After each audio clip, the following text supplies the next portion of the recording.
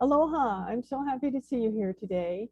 And I'm happy to have Lisa Miller with us today. We're going to have a really interesting conversation that's been a little different than anything we've done so far. So, Lisa, could you introduce yourself and tell us a little bit about you? Sure. Thanks for having me. I'm Lisa Miller, and I am a clinical mental health counselor and a midlife coach and a clinical pharmacist. So I have a lot of different hats depending upon what I'm doing that day when I get up.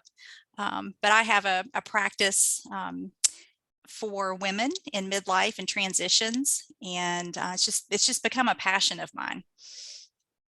That's so wonderful when you get to a point where you can just live your passion. Yeah, absolutely. Yeah, I wake up every day and I'm like, I can't believe I get to do this. That's so cool. Well, you had kind of a transition yourself in careers. Mhm. That's right? Can you tell us about that? Sure. So I always wanted to be a psychologist. I tell people when I was in the fifth grade, instead of going out on the playground, I would go to the library and read the Psychology Today. Oh, wow. And at Christmas, my parents got me a subscription so I could at least, go out on the playground from that point on. But I always had a fascination of why people do and think the way that they do, and thought about a career in psychology early on. But at the time, I didn't really know a whole lot about what a career in psychology would do. I was the first in my immediate family to go to college, and I ended up in pharmacy school. Wonderful career, and I'm still a pharmacy professor, and I love that. But I noticed that I've always gravitated within the profession to areas where I can help people grow. And so for several years, I was an assistant dean for faculty development at our School of Pharmacy, and hired and helped a lot of younger faculty grow and get promoted over time.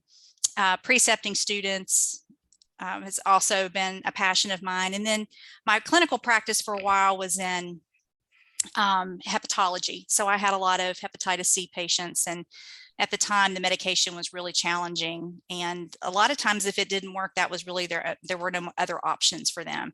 And so some of the patients didn't make it past their treatment. And so in all of those scenarios, the common denominator was just helping people suffer less and have a better, happier life. And that's sort of how I came up with Thrive WomenCare. How I ended up in counseling, though, as a pharmacist for many years, and after my divorce, thinking about transitions and what's next for me, and met a wonderful man. We're now married. And he just kept saying, well, why don't you go back to school? Your daughter's going to go to college soon. It's going to be an empty nest. And I just kept thinking of all of these different reasons why I couldn't do it. And he would always have an answer for that. And so finally, I'm like, fine, I'll do it. And went back to school the last 3 years, my daughter's high school, and got a degree in clinical mental health counseling. And now I'm sort of doing both. I have coaching and counseling, and also my practice at the School of Pharmacy. Wow. What a busy, full life you have. It feels that way, yes. Yeah, sounds quite wonderful. Well, one of the transitions that we all go through at some point is losing someone that we love. And I think it would be nice for us to talk about that. Any helpful advice you could give to people? Mhm. Yeah, I think that losing somebody that you love is one of probably the hardest types of grief that we experience as humans, because we're so um, together. We thrive when we're together, and when you lose someone, that's a real challenge for people. And the latest DSM-5 that just came out this month, actually, the revision to it has a category now for complicated grief that's separate from anxiety or depression. It's its own separate diagnosis, and it's for that complicated grief that people just can't bounce back from. And I think that while grief is probably the hardest thing that we go through, I think it's also the biggest potential for growth that we have. And my experience, I've been fortunate. I still have my parents. I have a grandmother who's 87. I've been lucky that way. I did lose one grandfather when I was 16 to cancer. But for me, the biggest type of grief that I ever had was in my divorce from my first marriage. And I think what people sometimes don't realize is that grief is different for everybody when it comes to divorce. And so in my particular situation, I was the one who wanted the divorce.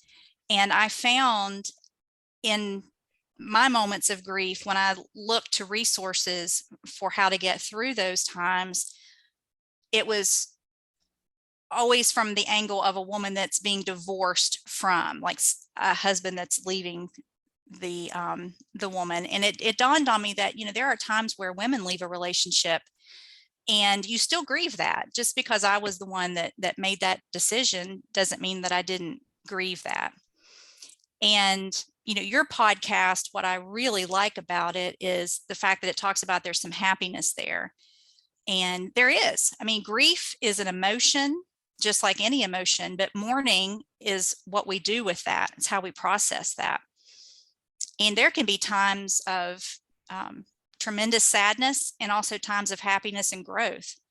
And there were times that I felt like, you know, this is a big turning point for me, that I have other possibilities now. So I think that grief is a challenge, but is probably one of our most common transitions, because there's grief in every facet of everything. Empty nest, you know, for women, I see women, so it's empty nest, menopause, infertility, miscarriage, divorce, parents that are elderly and sick. There's a lot of grief that we experience in a lot of our transitions. That's true. Anybody who thinks they haven't been in some kind of grief yet in their life is probably not recognizing that they have, because there are so many different kinds of loss. And I know sometimes people just get buried in it and can't function, can't move forward. And I think that's with the new category that they've come up with, is looking at. And when I read about that in the news just recently, I thought, that concerns me a little bit, because I worry about people thinking at the end of a year, because I think they put a 1-year time limit on grief, that at the end of the year, you're supposed to be fine. You're supposed to be over that, as people say, and go on with your life. And that's not how it happens with most people. Most people who, like, I've had my parents die, my sister die, lots of friends die. That's besides my 2 husbands that died. And I honestly feel like I'm still grieving them, because I'm holding them in my heart and they're not here. At the same time, I'm perfectly functional and I'm actually happier than I ever have been. So I was a little bit concerned that they put a time limit on the diagnosis. What do you think about that? I felt the exact same way. I think you bring up an interesting point with the DSM-5 and the DSM, ICD-9, all of those things. You have to, it's a medical diagnosis, right? It's coming from the medical model. And in the profession of counseling, so I kind of ride 2 worlds. In pharmacy, we are a medical model. So what's wrong with you? Let's treat that. And in counseling, we come from a totally different model, where you're a client and we look at your strengths and what you can build and what you want to change. And so there's always a little bit of a struggle that counselors and therapists have with putting a diagnosis on someone, and or telling them that you don't meet this because it's only been 8.5 months. It's like you said, it's unfortunate that we have to have it for reimbursement purposes if you're going to see a healthcare provider, because it does label people. I try to look at it, though, as at least it's recognized. Mm-hmm. And the one thing that I like about it is recognized as not just being anxiety or depression. It's different. And I think you kind of just nailed it on the head when you said that. Like, it's holding someone in your heart and being happy yet grieving at the same time. That's not necessarily depression. That's not necessarily anxiety. That's grief. And that's something separate. It can be a beautiful thing. There's nothing wrong with it. And in fact, it's probably one of the most natural processes that we go through. Yes, and as I mentioned, everybody does. Mm-hmm. So if we can have a healthier, I think, perspective on the process of grief, I think that's a really good idea, and it's something I don't think we really hold in our society very well right now. Mm-hmm. I was just thinking about how some people have different kinds, or not different kinds of grief, different triggers for their grief that gives them different results. For instance, I do a lot of social media because of my book and my podcast and things, so I'm on quite a bit. And one thing that I notice is that when people are dealing with, they have had a child, even an adult child, who has died by suicide. And with them, it seems like they are so raw. A long time later, it just it doesn't get easier as time goes on. It's almost harder as time goes on. And it seems more logical to me to be thinking about treating people where they are and what they're dealing with, instead of saying, well, you know. Yeah, I practice from a acceptance and commitment therapy type lens, and it involves a lot of mindfulness and being able to sit with how you feel. And I think it's, you know, your life is not going to be the same, especially in that situation you just described. It's not going to be the same, but finding some type of meaning in it and learning how to be okay with some days I'm not going to want to get out of bed, and other days I'm going to be laughing with friends and not feeling guilty about that. There's no right or wrong. Each day can be different, but just to recognize that, as long as you're moving in the directions, you're doing the things that matter to you, that if family is important to you, that you're not cutting yourself off from the rest of your family, that you're living your life while you're here and being okay with what comes up. I think that's really helpful for a grief journey. Yeah, that makes a lot of sense. And I think a lot of times people don't or have a harder time with a situation like the one I just mentioned, because they can't get their head around it. How someone would choose to die. Mm-hmm. What kind of a home life did they have? Was it the parents' fault? And which is, I'm sure, rarely true. But people who are looking at it from the outside don't know what to do with it. And I think that their attitudes kind of drive the trouble that people have with dealing with their grief over it, because of that sort of situation. Yeah, I completely agree. It's being talked about more, and it's something that it's more common to talk about, to bring out into the open, but there is still sort of that sense of taboo, like, well, why did they do that? What was wrong with them? What was wrong with you? And just not, it's sort of similar to, it's any situation where what happens is not what's supposed to be in the natural thing of life. Your child's not supposed to die by suicide. That's not how that's supposed to be. And so how do you interact with somebody? What do you say to them? A lot of people just don't know how to help someone in that situation. And not just in that situation, a lot of people can't talk to people who they know are grieving at all. Mm-hmm.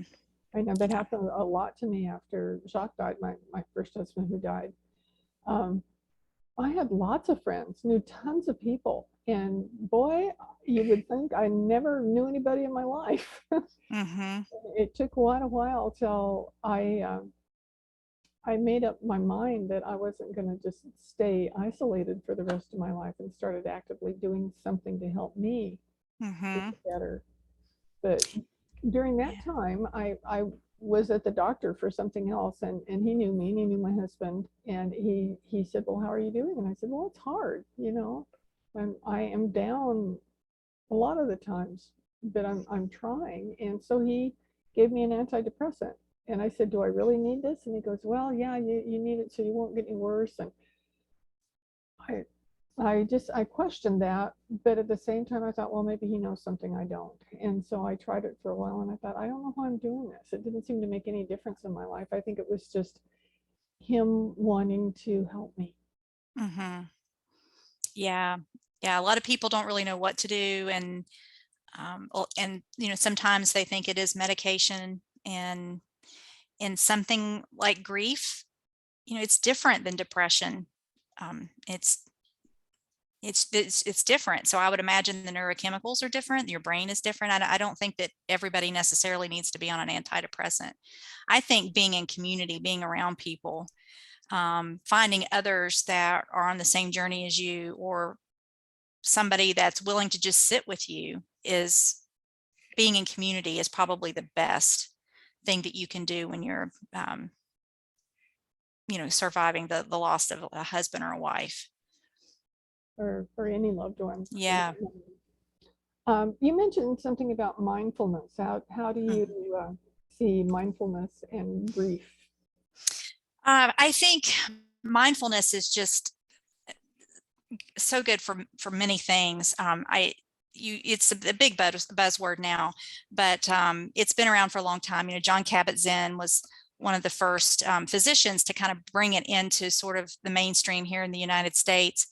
But it really is just allows you to kind of separate yourself from your thoughts and your feelings.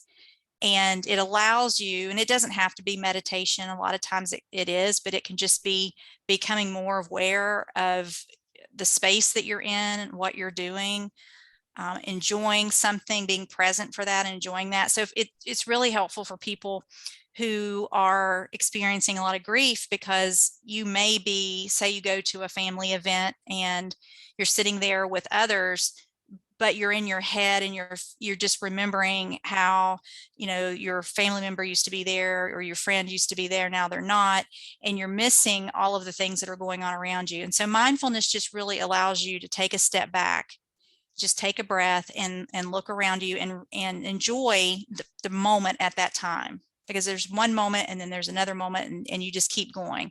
And so mindfulness, I think, is just really helpful for so many things. But for grief, it just gives you a place. It's non-judgmental. There's a lot of loving kindness meditations now where you can kind of just give yourself some compassion for what you're feeling, and know that it's okay, and know that you are not your feelings or your thoughts. You're separate from that. That's just so true. I think a lot of people haven't recognized that so far in their lives. I think most people don't. And when you can discover that and you can do that, it's wonderful. It's a really good, positive thing to do. Mm-hmm. Yeah, and there's a lot of research for a lot of different facets of your health that show that it's good, that it's helpful, and grief is definitely one of those. I know I was having a conversation with my son the other night, and I love things like meditation, and I love sound healing and different things like that. And he just thinks it's all woo-woo stuff and isn't real. Mm-hmm. And my feeling kind of is that if you think you can get help from something, you probably are going to get help from it. Mm-hmm. And if we can learn to be open to different things.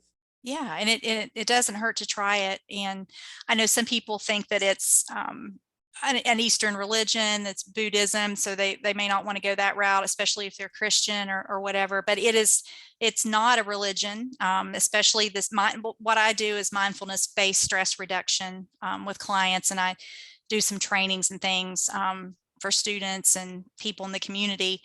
And it is a mindfulness meditation is not any type of religious experience. It is simply just bringing your mind back to the present moment when it wanders, because it will 5, 10, 15, 20 times in the first minute, it might, but you just bring yourself back to the present moment, whatever you're focusing on that day, your breath, feeling the feeling of sitting in your chair, whatever that might be. And and not judge. Just be curious about how you're feeling that day. And for somebody that's grieving, that might be, hey, I feel all right today. I can see that. So yeah, but a lot of people do, I'm not going to try that. Yeah. It's so funny. It's like they don't want to help themselves because or I think sometime, and from a psychological perspective, this one might be kind of interesting too. Sometimes people are afraid of losing their grief. They think that if they get over it, so to speak, that they are somehow being disloyal to the one that is gone. Does that sound like what Yes, happened? it does. It happens a lot. People feel like they shouldn't be happy, and when they catch themselves laughing, then they're dishonoring the person, or they shouldn't move on. And that's very common. That, and then people, that are close with others that are also grieving that same person, and they do it on a different time frame or in a different way. That also can create, as you know, some problems between people, because they don't understand why one person appears to have moved on, and maybe they haven't. They haven't necessarily moved on. Like you said, moving on, you sometimes don't move completely on. It's just that you're on a different path at a different time on that particular day. And that's okay. Mm-hmm. The thing, I think, that the most important thing that we can do as people in general is to not judge anybody's path. Whatever is happening with them is happening with them. And that doesn't mean you're not compassionate and you don't care. It means just don't think that there's one way or only a certain way to do things.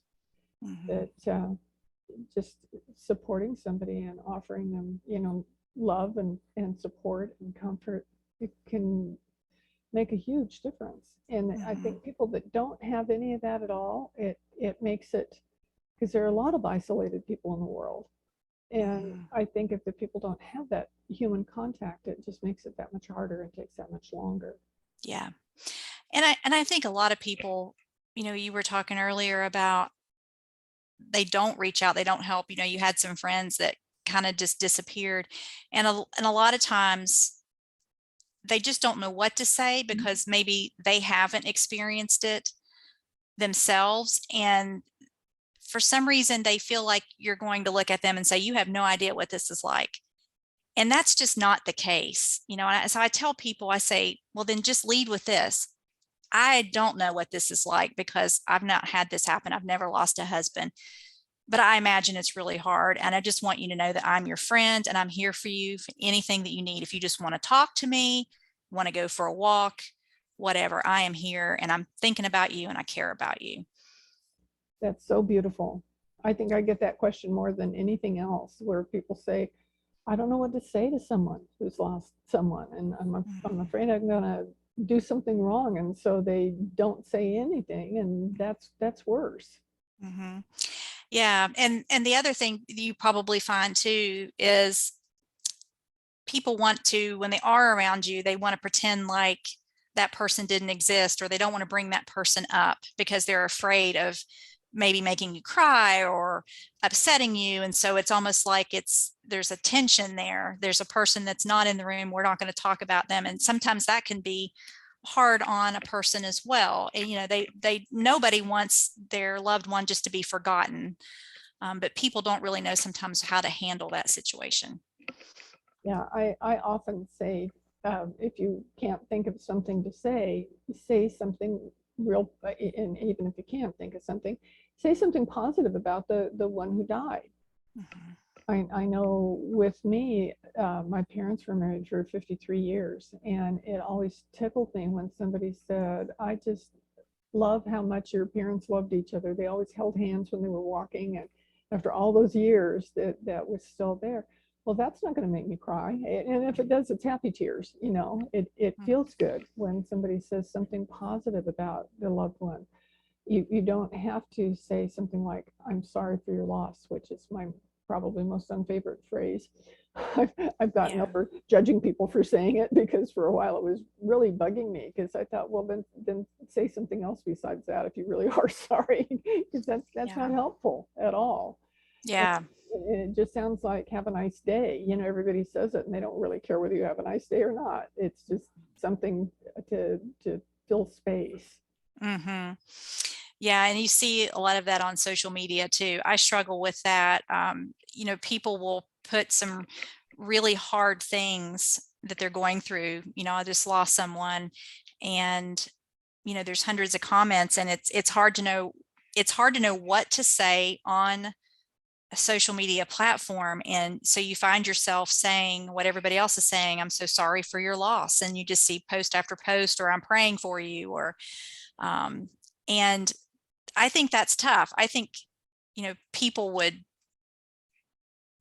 say something different if they knew what to say sometimes. I think social media really kind of makes that challenging.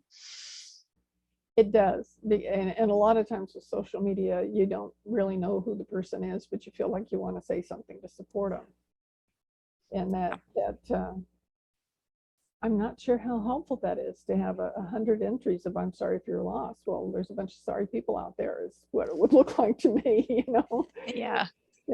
I'd rather say something like, "You must miss him," or something genuine, whatever you could say that's genuine. Another question I have asked is, for the person who is grieving, what's the most important thing to do right at the beginning of their grief? What should they be doing? Mm-hmm. Yeah. Yeah, I agree. Yeah. Yeah, I know. When somebody asks me something like that, I always say, take good care of yourself, because at that point, that's critically important and often neglected. Yeah. And very early on, depending upon what the loss is and what you're grieving, there's a certain amount of time where you're just in shock. Mm-hmm. And you really just need someone to help you, make sure that you have what you need. That do you need somebody to go to the grocery store? Do you need somebody to pick up your medication? Because in the early days, you just need, you're in shock, and you just Mm-hmm. need some extra support. That's not really the time that most people want to process or talk about a lot. If they do, listen. But in the beginning, there's just so much that you can do by just being present with someone. That's so important. Oh, I just thought of something I was going to say. Let me see if I can remember what it was. It's gone. It was really good too. It'll come back as soon as Yeah. you're finished. Yeah, I'm sure it will. Sometimes people have situations where they've got a loved one who has really been suffering. Somebody that's been dealing with ALS or cancer or something for a real long time period. And then when the person dies, they'll feel guilty because they don't feel as bad as they think they're supposed to be feeling. Mm-hmm. But they think they've gone through like anticipatory grief, so that it is different for them. Mm-hmm. Yes, and I totally agree with you, and I think that a lot of times a lot of people do feel guilty in that instance, because they feel a sense of relief for the person, but also for themselves. A caregiver burden is real, and there's nothing to feel guilty about with that. But I know some people do. The other aspect of that is sometimes you have people that were not in a good relationship, Mm-hmm. but stayed with that person to help them through their illness. And then when they pass, their grief is usually very complicated, because then they have to deal with the end of that relationship and the death and all of those mixed feelings that they have. So there's just a lot of different scenarios and challenges that people may bring to their grief, that from the outside looking in, we may not know. And I think that's another reason why, like, you said earlier, not using just catchphrases and sorry for your loss and I'm sure he's in a better place and things like that. Just kind of being genuine and saying that you're there is probably the most helpful for people. I agree. That's so important. One thing that happened with me that I was kind of not prepared for, kind of surprised by, after Jacques died, I didn't even think about getting married again. Just, we'd been married 22 years, had a great relationship, and I just couldn't think about moving forward or doing anything different. And then I met Ron, and I was very surprised that we did fall in love and things were good, and he wanted me to marry him, and I hesitated for a long time. We were together 4 years before we got married, and I realized that I was feeling that way because I didn't feel like I was unmarried from Jacques. Now, yes, he was gone. I couldn't still be, physically married to him, but with a divorce, you have an ending, where with a death, you didn't separate from each other. Mm-hmm.